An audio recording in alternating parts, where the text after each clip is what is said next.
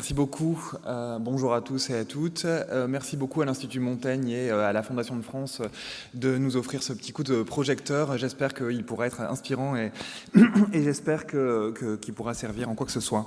Rappeler de manière très simple un constat qui est toujours aussi effrayant, c'est que le suicide reste la deuxième cause de mortalité chez les 15-25 ans, que 10% des adolescents en lycée a déjà eu des idées suicidaires, 10% des adolescents en lycée a déjà fait une tentative de suicide. Sur une classe de 30, c'est 3 élèves à chaque fois qui a déjà eu des idées suicidaires ou une tentative de suicide. Et que 70 à 75% des pathologies pour le coup psychiatrique durables de l'adulte émergent avant l'âge de 25 ans. Et pourtant, on le sait, les adolescents ne viennent pas aux soins ou viennent très difficilement aux soins, de leur fait certes, mais aussi et surtout du fait des dispositifs qui sont insuffisamment adaptés et des véritables difficultés à leur offrir des possibilités d'accéder à des soins appropriés.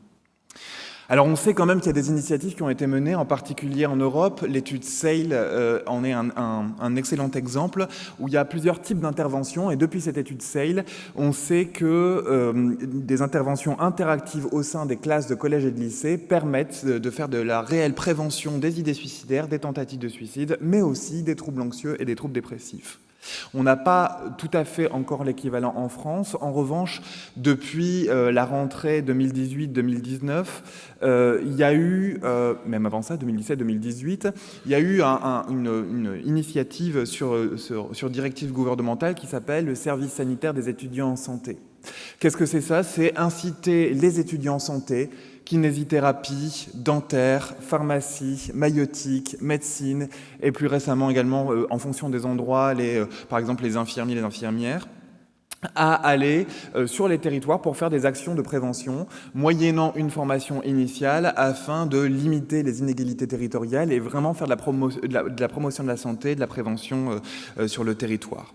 Dans ce cadre-là, le pôle de psychiatrie santé mentale du CHU de Lille a proposé à la faculté de médecine de Lille une thématique santé mentale et prévention du suicide pour les collégiens et lycéens.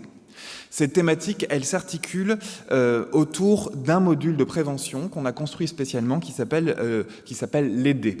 En gros, quel est l'objectif de cette thématique santé mentale et prévention du suicide? Eh bien, comme dans le service sanitaire de manière générale, c'est pour les étudiants d'abord un objectif qui est pédagogique, de formation aux principes de prévention et des enjeux de promotion de la santé mentale.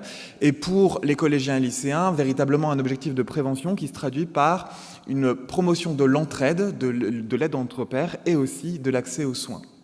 Mais dans le même temps, on avait vraiment dans l'idée que parler de la santé mentale et de la prévention du suicide était quelque chose qui pouvait être sensible dans le cadre des collèges et lycées, parce que parler de la prévention du suicide auprès des collégiens et lycéens n'était pas dénué de risques. Et puis on avait aussi dans l'idée que les étudiants en santé eux-mêmes étaient plus à risque d'idées suicidaires, plus à risque de troubles de santé mentale, et donc il a fallu qu'on recouvre comme une doublure à notre intervention un deuxième objectif qui était celui de faire de la prévention auprès des étudiants en eux-mêmes, comme une espèce de billard en deux bandes.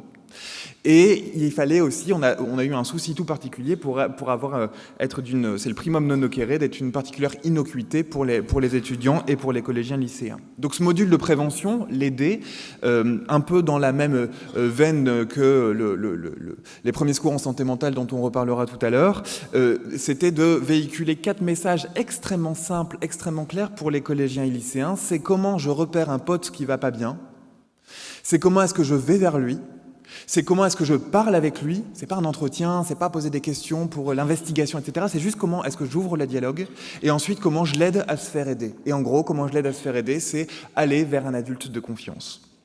Alors comment est-ce qu'on a déployé ce module de prévention l'aider? Eh bien c'est d'abord un parcours de formation qui a duré 7 jours, 2 jours de tronc commun dispensés par la fac où il s'agissait vraiment de former aux grands principes de la santé publique et de l'animation de groupe. Et puis après c'est le service de psychiatrie qui a pris le relais sur la formation d'abord à la dispensation lui-même du module de prévention l'aider. Et cette formation a été administrée par des internes en psychiatrie avec d'abord une sensibilisation puis un entraînement à dispenser cette formation, et puis une deuxième partie de formation qui était la formation qu'on appelle Sentinelle, qui a été déployée par le groupement d'études et de prévention du suicide, qui vise vraiment à doter des personnes qui sont sensibilisées de ressources complémentaires pour mieux repérer les personnes qui potentiellement pourraient avoir des idées suicidaires et à mieux les orienter vers des ressources appropriées. Et l'intérêt, c'est que ces étudiants qui ont été formés à ce module Sentinelle pouvaient utiliser ça à la fois pour les collégiens lycéens qu'ils allaient rencontrer, mais aussi dans leur propre promotion, auprès de leurs propres pairs, dans leur propre environnement. Et enfin, il y a eu une session de formation en immersion dans les maisons des adolescents des Hauts-de-France afin de les sensibiliser à la question adolescente à proprement parler. La formation s'est vraiment faite en cascade, puisque, sur le modèle du formation de formateurs, puisqu'il y a des psychiatres qui ont formé des internes à former des étudiants, lesquels sont intervenus auprès des collégiens lycéens. Le but de l'intervention ensuite dans les collèges et lycées, c'est que ça s'est déroulé sur 14 vendredis à peu près de décembre à avril. Et donc ce module de prévention l'aidée a été dispensé par des petits groupes d'étudiants en santé qui étaient toujours pluridisciplinaires, donc avec un mélange de dentaire, pharma, kiné, médecine, etc. Dans les différents établissements, avec à chaque fois un référent pédagogique au sein de chacun des établissements. Et puis ça se déroulait en 2 temps. Un premier temps d'abord de discussions médiées, et notamment médiées par des différents types de vidéos, alors certaines produites par le ministère de l'Éducation nationale, certaines produites par un collège qui nous a donné le droit d'utiliser sa vidéo, certaines par une association Stop Suicide en Suisse, et qui traite différentes thématiques. Et le but était de décliner les grands messages clés du kit de survie un peu en santé mentale à travers les différentes thématiques que pouvaient être le harcèlement, le consentement sexuel, l'isolement, la pathologie psychiatrique et la souffrance psychique. Vraiment, cet accompagnement en cascade, il a été très important parce que ça a permis de déployer une forme de souci des uns pour les autres. C'est-à-dire qu'à n'importe quel moment, on pouvait activer cette chaîne de référence, que ce soit quand on repérait un élève qui était en difficulté, et dans ce cas-là, tout de suite, l'étudiant pouvait se référer à un professionnel dans les collèges et lycées, l'infirmière scolaire, l'assistante sociale ou l'équipe pédagogique, mais aussi un interne qui était tuteur. L'interne pouvait ensuite se référer au senior.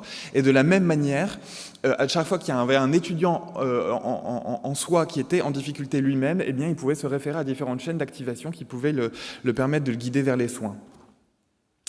Le bilan de cette première initiative, qui a donc eu lieu l'année dernière, c'est que parmi les adolescents ont montré tous leur très grand intérêt par rapport à cette initiative. Ils nous ont vraiment beaucoup étonnés par leur liberté de ton, leur capacité de parler. Par exemple, la question de la prévention du suicide a été très... les établissements étaient frileux par rapport à cette thématique, et en réalité, les collégiens lycéens ont abordé très librement eux-mêmes la question de la prévention du suicide et du suicide.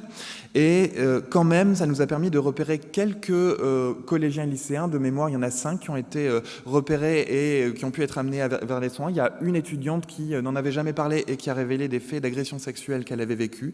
Donc il y avait vraiment cet effet facilitateur de parole et d'accompagnement. Chez les étudiants eux-mêmes, bien, il y a une dizaine d'étudiants qui ont dû être réorientés sur une autre thématique parce qu'ils se sont dit tout simplement pas à l'aise avec cette thématique-là. 3 qui ont pu être orientés vers les soins. Il y a même une étudiante qui, à la faveur du repérage qu'on faisait aussi dans cette activité, a été hospitalisée parce qu'elle souffrait elle-même d'idées suicidaires. Et puis on a fait une petite étude, et j'en ai terminé là. On a fait une petite étude. 70% des étudiants qui ont fait cette thématique santé mentale, prévention du suicide, ont repéré un père en difficulté. 70% ont aidé quelqu'un qui était en difficulté. Et surtout, 12,5% contre 4% des autres thématiques ont été eux-mêmes aux soins pour des difficultés de santé mentale. Je vous remercie de votre attention.